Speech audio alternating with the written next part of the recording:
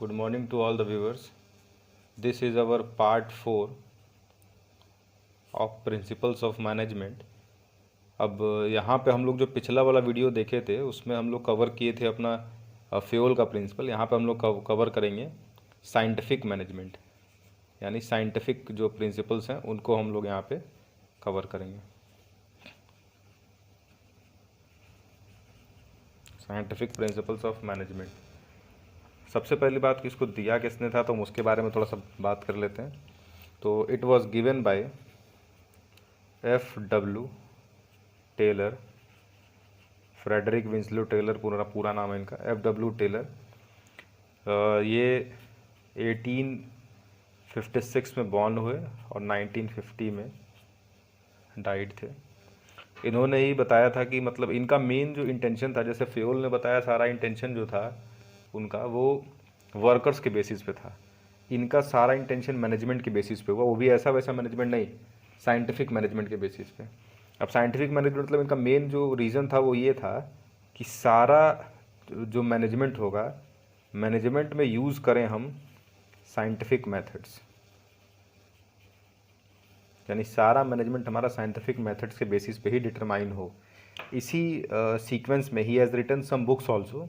The first book he has written was shop management in 1905, and one of the most famous book was The Principles of Scientific Management,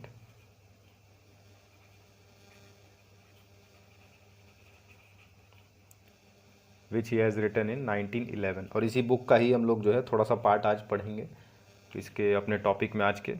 तो देख लेते हैं क्या क्या चीज़ें हैं। सबसे पहली बात हम बात कर लेते हैं what contributions he has given into the management.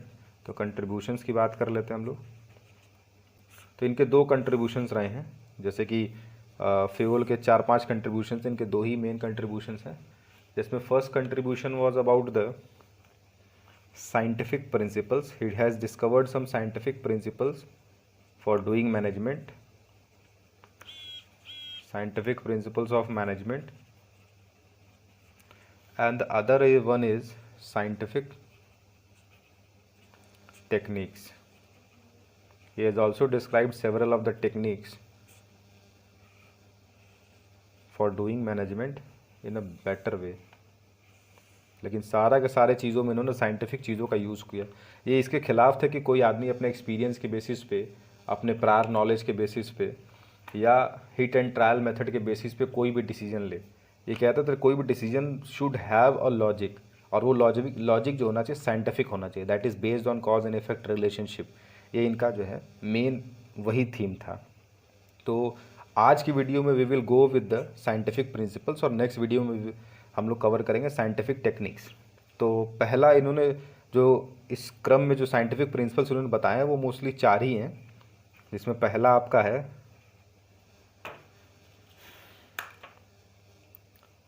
First one is science not rule of thumb. दूसरा आपका है हार्मनी नॉट डिस्कार्ड। तीसरा है आपका cooperation not individualism, and the fourth one is development of worker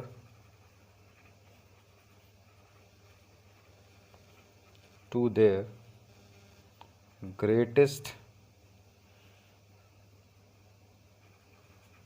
efficiency and prosperity।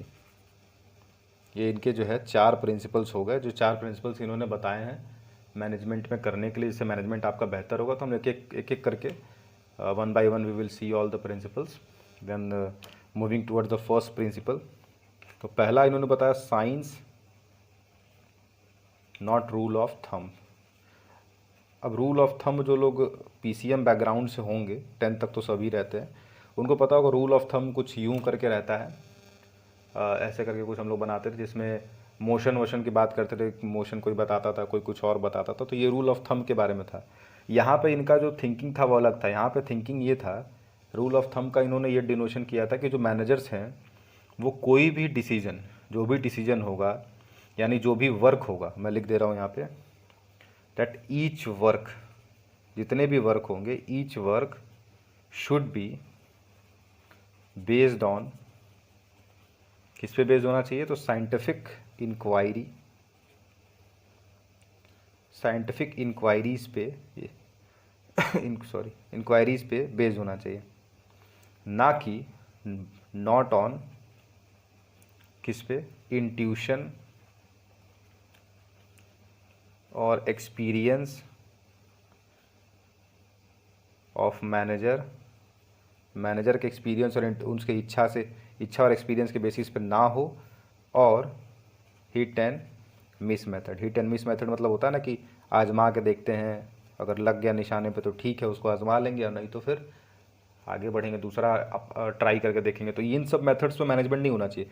Management should always be on the scientific background. इनका main यही था, इसीलिए इन्होंने लिखा भी है कि मैनेजमेंट करने से पहले उसका बेस होना चाहिए साइंटिफिक इंक्वायरीज पे, rather than the intuition experience of manager और हिट एंड मिस मेथड जो जनरली लोग अप्लाई करते हैं। देन इन्होंने और भी कुछ चीज़ें इसमें बताई थी कि हमेशा करने से पहले सोचिए, यानी थिंकिंग बिफोर डूइंग। हमेशा ये करना चाहिए मैनेजर्स को कि सोचिए पहले, बाद में करिए। उसके बाद जो डिक्टेटरशिप था, जो डिक्टेटरशिप होता है जनरली मैनेजर्स में, इसी को इन्होंने रूल ऑफ थंब कहा है।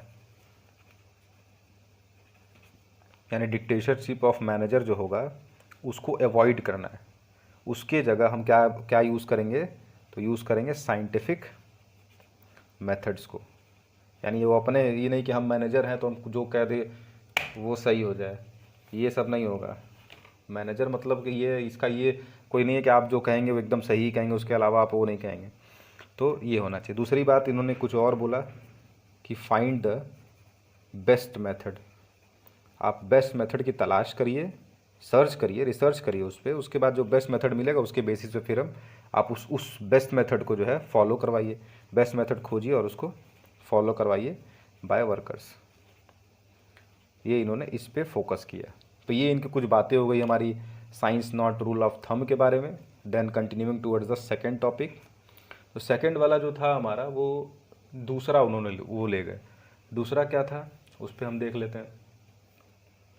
तो दूसरा इन्होंने बोला कि हार्मनी नॉट डिस्कार्ड, यानी किसी भी ऑर्गेनाइजेशन में शांतिपूर्वक काम होना चाहिए, अलगाववाद नहीं होना चाहिए कि मतलब हम ये करेंगे हम वो करेंगे, ऐसा कुछ नहीं रहना चाहिए। अब इसमें भी इन्होंने कुछ चीज़ें बताई हैं, वो कुछ चीज़ें क्या हैं वो हम एक बार देख लेते हैं। पहला इन्होंने बताया कि जो है, जो वर्कर्स हों workers must work in proper understanding. यानी वर्कर जो होंगे वो प्रॉपर अंडरस्टैंडिंग अपने बीच में डेवलप करके उसके बाद काम करेंगे, तो इससे क्या होगा, काम प्रॉपर एंड इजी वे में कंप्लीट हो जाएगा। दूसरा, ही हैज सेड दैट कि 2 ग्रुप्स होते हैं। इन्होंने बताया कि 2 ग्रुप होते हैं जनरली किसी भी ऑर्गेनाइजेशन में, 2 ग्रुप।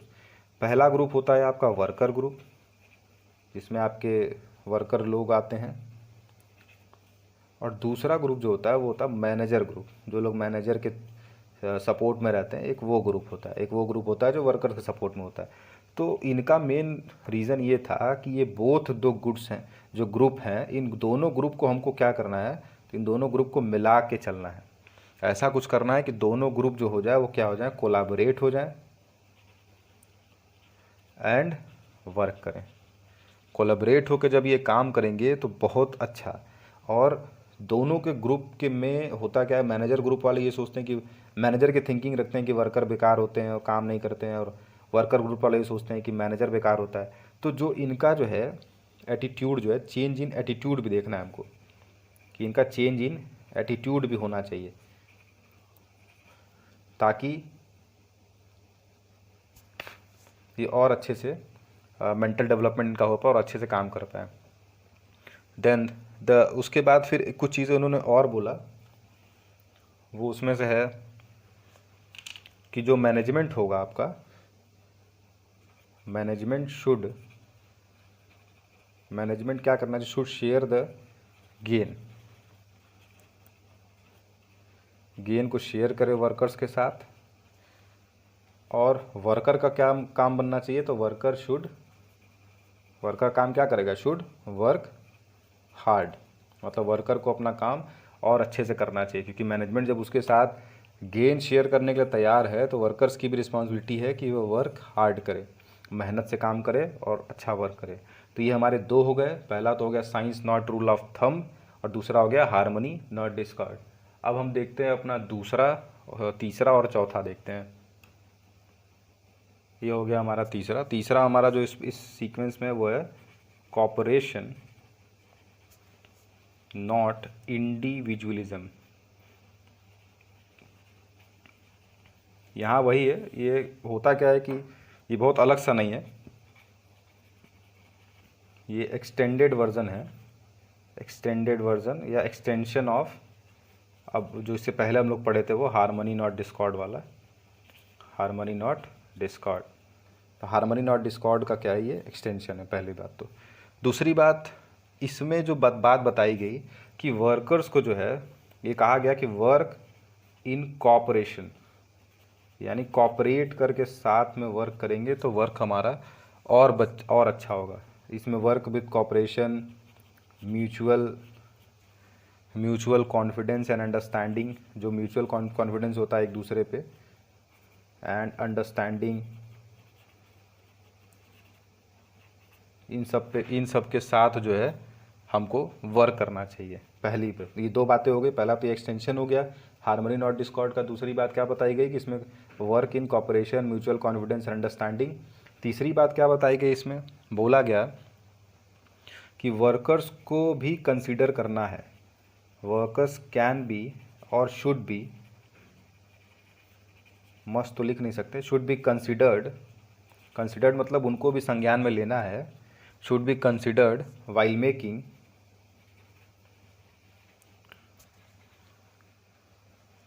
Making standards. जो वर्कर्स के लिए हम स्टैंडर्ड्स वगैरह बनाएंगे, उन स्टैंडर्ड्स को बनाने से पहले हमको वर्कर्स से कंसल्ट करना या कंसिडर करना बहुत ज़रूरी, क्योंकि वर्कर्स को जो कंसिडर करेंगे तो दे विल टेल ना कि whether this standard is preferred bye them और नॉट, ये स्टैंडर्ड पूरा भी वो कर पाएंगे कि नहीं, कि पता चला हम स्टैंडर्ड बना दिए और बाद में वर्कर से हुआ नहीं क्योंकि वो स्टैंडर्ड बहुत बड़ा था, और फिर वर्कर्स को हम ब्लेम कर रहे हैं, उनका सैलरी काट रहे हैं, उनको तो अलग अलग तरीके से पनिश कर रहे हैं। तो ये सब नहीं ना करना है, हमको तो अपना काम करना है कि मैनेजमेंट हमारा स्मूथ वे में चले।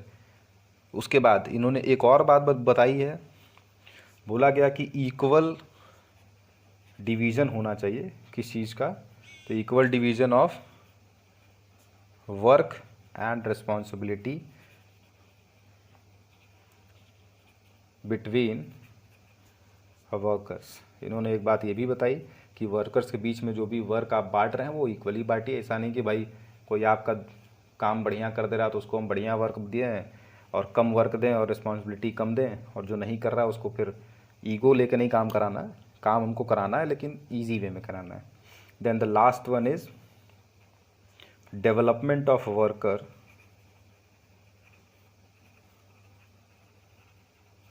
टू देयर, ये भी इम्पॉर्टेंट चीज़ है, ग्रेटेस्ट एफिशिएंसी एंड प्रॉस्पेरिटी, यानी वर्कर्स को डेवलप करना है उसके ग्रेटेस्ट एफिशिएंसी एंड प्रॉस्पेरिटी पे। अब ये देखना, इसमें भी कुछ बातें उन्होंने बताई है कि जो वर्कर्स को होना चाहिए उनको करना क्या है, यानी वर्कर्स का जो है डेवलपमेंट करना चाहिए। पहली बात तो वर्कर्स को फुल्ली डेवलप द वर्कर्स, यानी वर्कर्स को पूरी तरीके से हम डेवलप करेंगे, हर एक पॉसिबल मेथड्स उनको देंगे कि वो अपने आप को डेवलप कर पाएँ, क्योंकि जब वो खुद डेवलप करेंगे तो ultimate they will work better. तो इससे हमारा क्या होगा, एफिशिएंसी जो होगी वर्कर की एफिशिएंसी इंक्रीज़ करेगी, और जब वर्कर की एफिशिएंसी इंक्रीज़ करेगी, डब्ल्यू मतलब वर्कर, देन हमारे ऑर्गेनाइजेशन की भी एफिशिएंसी क्या होगी, इंक्रीज़ करेगी। ऑल टुगेदर तो सब बात वही होता है ना, तो ये हो जाएगा। यानी डेवलपमेंट, वर्कर अपना डेवलपमेंट, आप वर्कर डेवलपमेंट कराएंगे तो उससे हमारे ऑर्गेनाइजेशन का होगा। फिर इससे क्या होगा, इससे वेस्टेज वगैरह, वेस्टेज और बाकी चीज़ें जो हैं, ऑप्टिमम यूटिलाइजेशन ऑफ रिसोर्सेज,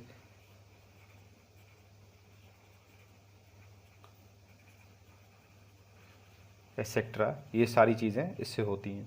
यानी कहने का मतलब हमारा ये है कि किसी भी ऑर्गेनाइजेशन में हम ये, टेलर ने बोला कि हर you should do every possible efforts for the development of the workers so that they can achieve enough efficiency which will all together be helpful for your organisation also. यानी कि इतना वो उनको डेवलप कर दीजिए कि वो एफिशिएंट हो जाएं। इफेक्टिव तो आदमी यही काम तो समय से पूरा कर ही लेगा, लेकिन एफिशिएंट होना चाहिए, वेस्टेज कम करे, ऑप्टिमम यूटिलाइजेशन रिसोर्सेज करे, ये सारा उसको देखना है। तो ये हमारे 4 टॉपिक हो गए हमारे प्रिंसिपल्स के। नेक्स्ट इसी पार्ट, नेक्स्ट वाले वीडियो में हम लोग देखेंगे अबाउट द टेक्निक्स। टेक्निक्स कुछ इनके हैं 6-7, और वो पूरे टेक्निक्स को हम लोग, उस पूरे वीडियो में हम लोग टेक्निक्स को पूरी तरीके से कवर करेंगे। ठीक है, thank you for watching this.